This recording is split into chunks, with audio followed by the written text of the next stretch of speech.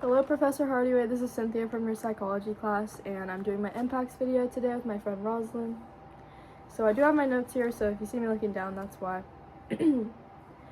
So today I'm going to be teaching you about the impact areas of psychology, and there are a few. There's personal, there's family, there's legal, there's educational, financial, and social, and political. So let's just get started. I'm going to start with legal because you want to be a lawyer, so you probably know about this already. So the first thing I have on my list here is custody. So for example, if a divorce is happening and there are children in this relationship, you need psychologists to see who's better fit to take care of a child. The next thing on my list is discipline. So basically, psychologists are the people who decide what is discipline and what is abuse when it comes to children. So some people do consider spanking your child abuse and some people consider it discipline, so it's really just like a case-by-case basis. And usually that's determined by a psychologist. And actually, in a lot of cases, there are children who will go to church with one parent and they'll say some really nasty things about maybe something that relates to their other parent. So let's just say a certain church had some stigma around hair dye, maybe if they say people with neon pink hair are going to go to hell and their mom has neon pink hair, a psychologist would meet with that kid and decide whether or not they should be going to church with that parent. Another thing you've probably learned about are insanity pleas versus incompetency pleas. So the difference between insanity and incompetency are, insanity is about the state of your mind during the crime. Right? Yeah. So when someone pleads insanity, it's because they weren't in their right mind during the crime, and therefore they shouldn't be held liable for it. And then incompetency is when someone's not in their right mind during the legal proceedings, so they can't really answer any questions without, they're not a reliable source. Okay. And another thing that relates to psychology are diversions. So when someone, instead of getting prison time or jail time, instead of that, they'll get diversions. So that's very typical for veterans, people who go through a lot of mental stress from being in the army or whatever, the military. They'll get diversion, so it's a program they have to go through instead of getting jail time because of that mental stress they went through. There's juvenile, because a lot of people believe that children shouldn't be in jail, they should have a different type of punishment. And then there's a drug diversion for people who may be addicted to drugs because they might not be in their right mind. And then there's mental health for that kind of same reason. They don't really deserve to go through the harsh crime punishment and should go through a diversion.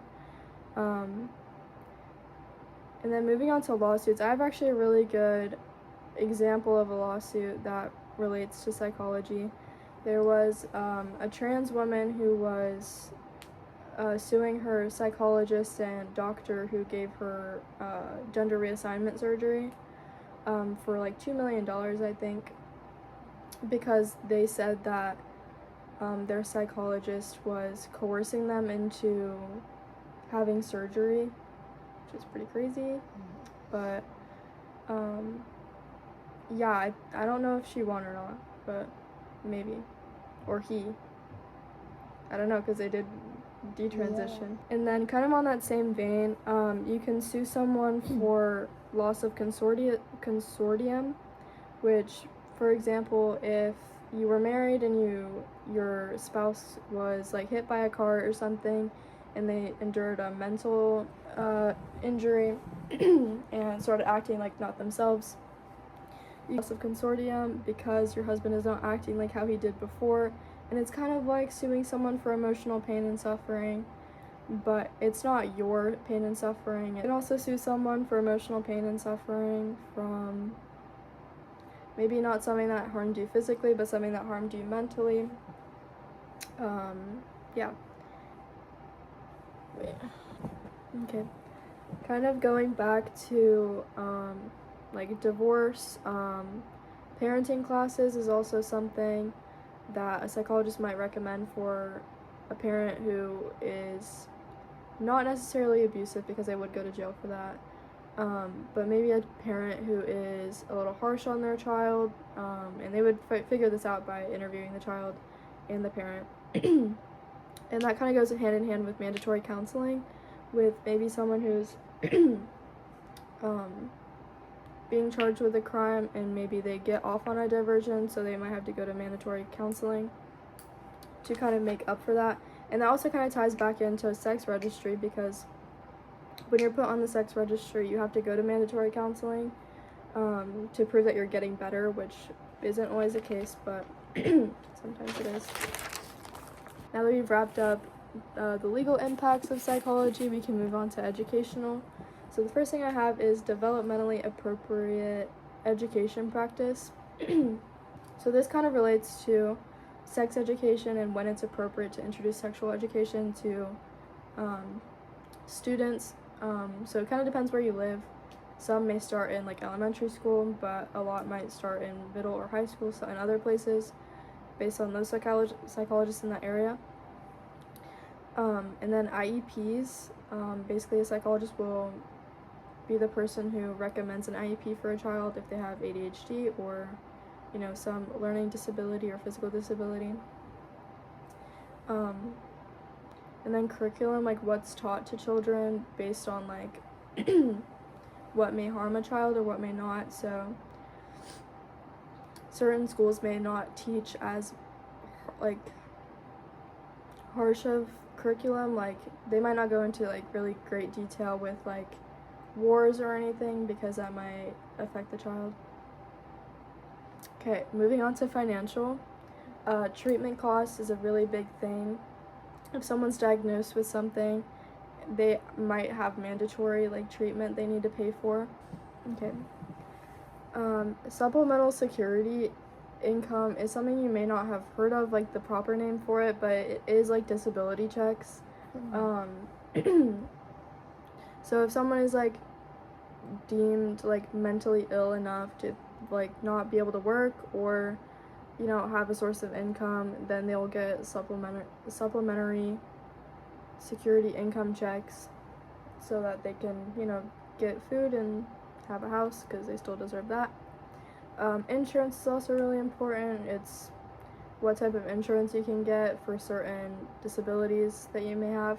And it also relates to how much funding research can get for certain things based on like the severity that is determined by psychologists.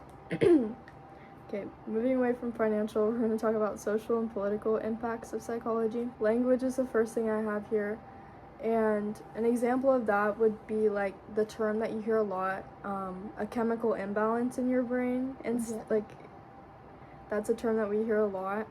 And it's not like a term that's necessarily scientifically correct. It's just kind of something that people hear and people go with without really looking into it at all.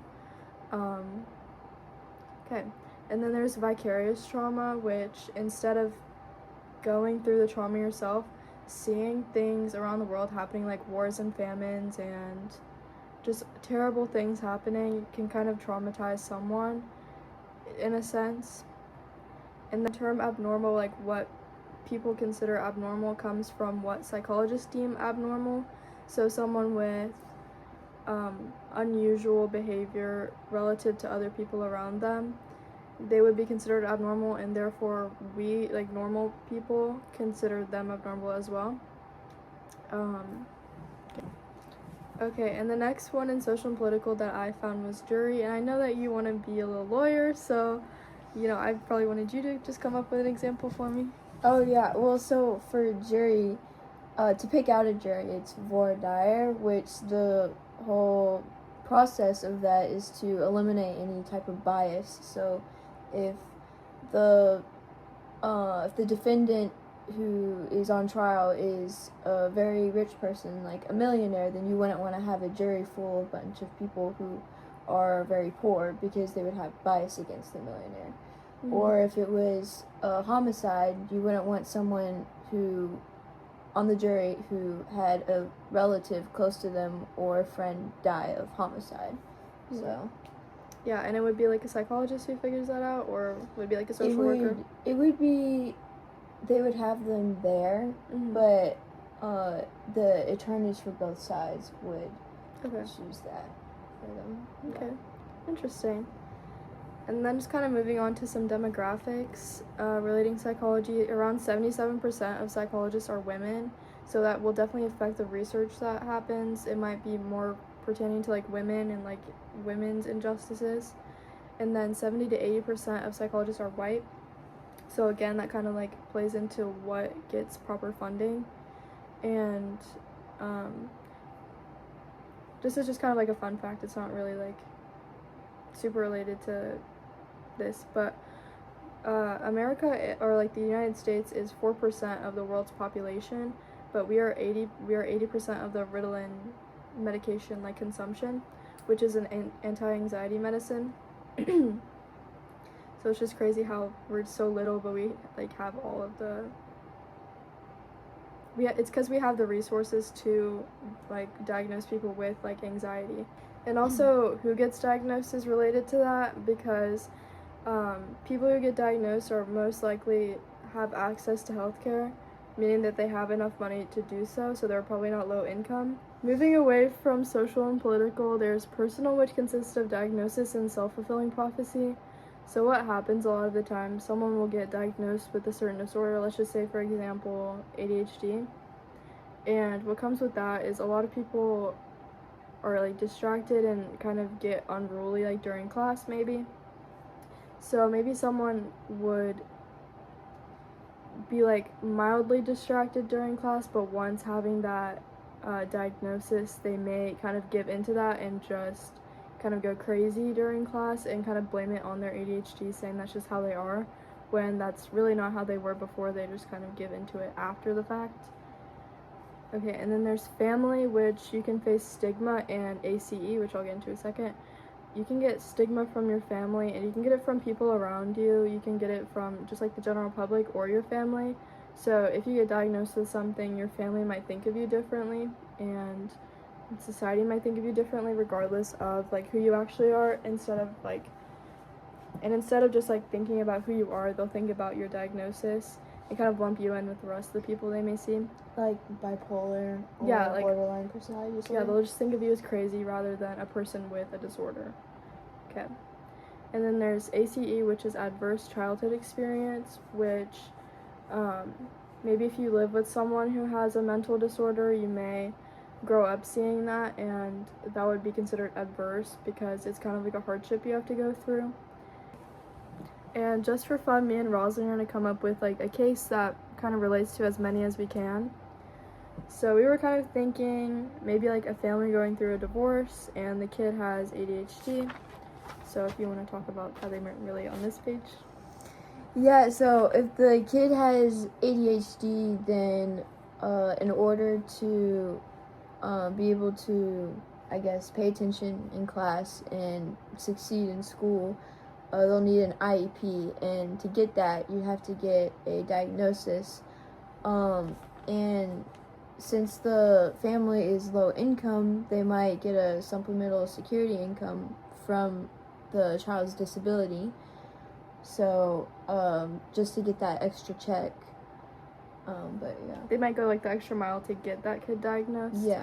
Another thing that might add on to adverse childhood experience would be, considering that the family the parents getting divorced, they're low income, they can't move out and have separate housing. So it's it's fair to assume that they might be arguing fairly often, and the child will see that and grow up to think that maybe that's the normal scenario, or like normal that should be happening in a relationship. And then I think really that's it. Also parenting classes might come into play here with after the divorce happens and maybe after they separate. A psychologist might recommend the parent to take parenting classes, just to kind of be the best parent they can be to that kid so they don't grow up troubled. So yeah. Thank you for watching our video.